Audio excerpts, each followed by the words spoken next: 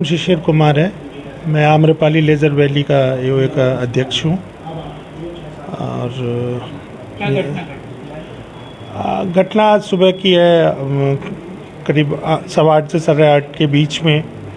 पिछले कई दिनों से इस सोसाइटी में सुरक्षा को लेके काफ़ी हम लोग अभियान चला रहे थे और जो भी ज़रूरी कदम है एओए की तरफ से वो हम लोग लेने का प्रयास कर रहे थे।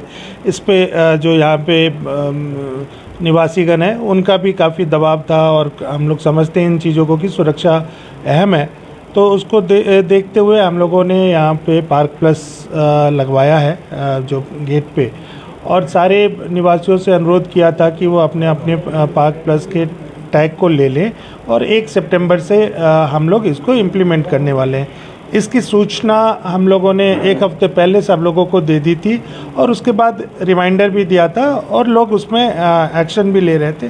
जिनके पास नहीं था वो पार्क प्लस अपना ले रहे थे टैग। आज सुबह जब इसको इम्प्लीमेंट करने का समय था, मैं गेट पे था, सिक्योरिटी ब्रीफिंग कर रहा था, उनको समझा रहा था कि पार्क प्लस को कैसे लोग को पहचानना है। इसी बीच हमारे एक सह निवासी हैं, ए ब्लॉक में रहते हैं, दुर्गेश कुमार, वो गेट में प्रवेश करना चाह रहे थे। उनके पास टैग नहीं था। सिक्योरिटी ने उनको रोका और सिक्योरिटी से जब उन्होंने कुछ कहा सुनी हो गई तो सिक्योरिटी ने मेरे को आकर बताया कि सर इस तरह की बात हो रही है।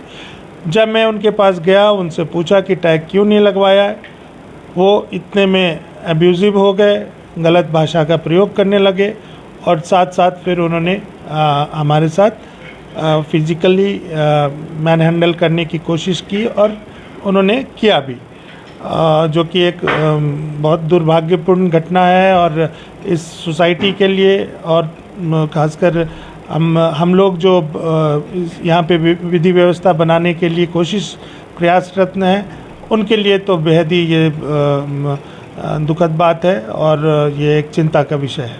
अच्छा, जिनका टैग नहीं था तो उनको एंट्री किस प्रकार से दी क्या? देखिए, हमने 2 व्यवस्था कर रखी थी। एक तो जिन्होंने टैग लगवा लिया है उनके लिए तो ऑटोमेटिक बूम बैरियर ओपन होता है। जिन्होंने टैग नहीं लगवाया उनके लिए हमने रजिस्टर रखवाया था कि भाई वो अपनी एंट्री करके अंदर आए जब तक कि वो टैग नहीं लेते, जो कि एक मेरे समझ से उचित व्यवस्था है और हर सोसाइटी में इसको फॉलो किया जाता है।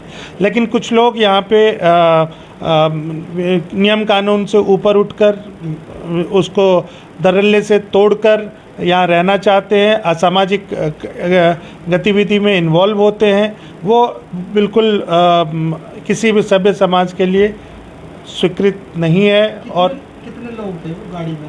गाड़ी में एक ही थे, एक थे और एक उनके सहयोगी थे। 2 अलग अलग गाड़ी में 2 लोग थे, दोनों सह निवासी हैं और अच्छी तरह से परिचित है हम लोगों से। यहाँ पे एक तो उसमें से उम्मीदवार भी थे चुनाव में, एओए के चुनाव में, और एक इलेक्शन कमेटी में के मेंबर थे।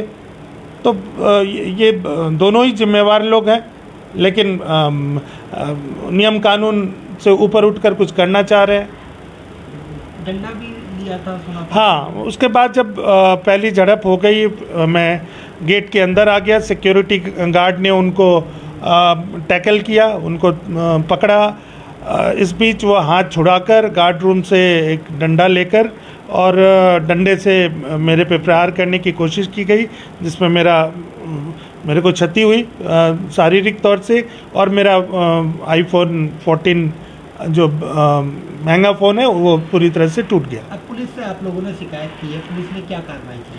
पुलिस से हमने शिकायत की और क्योंकि जो इसमें संलिप्त हैं, जिन्होंने ये कृत्य किया है, उनका पहले भी कोई अच्छा रिकॉर्ड नहीं है और पुलिस को इस बारे में हमने अवगत कराया है और ये लिखित में दिया है कि इस तरह की चीज़ें बर्दाश्त नहीं है और ये कानूनी तौर से गलत है।